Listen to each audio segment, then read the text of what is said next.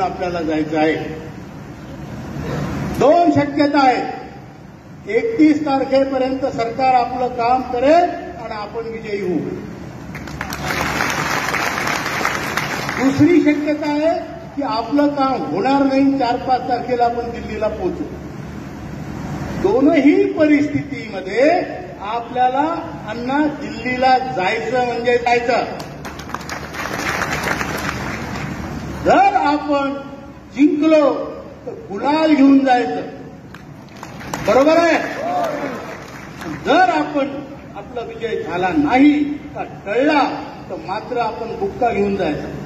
तो बुक्का नाही, हा बुक्का. वा वा वा, बरोबर आहे.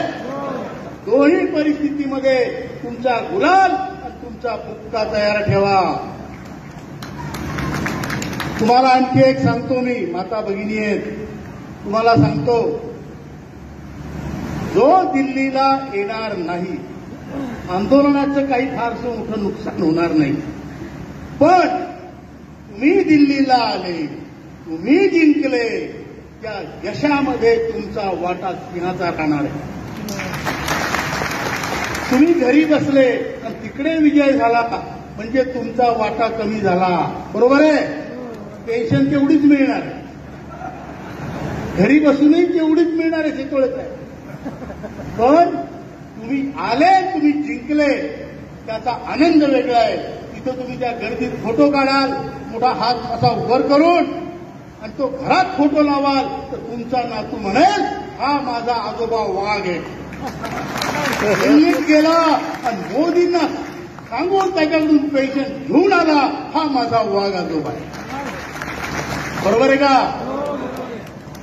तुमचा मुलगा, तुमची बायको काही म्हणो का नाही म्हणो, तुमच्या नातवाला तुमचा जन्मभर अभिमान राहील, हे लक्षात ठेवा.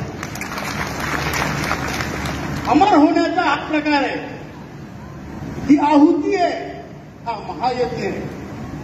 या महायज्ञात तुमच्याकडून होईल ते दान करा.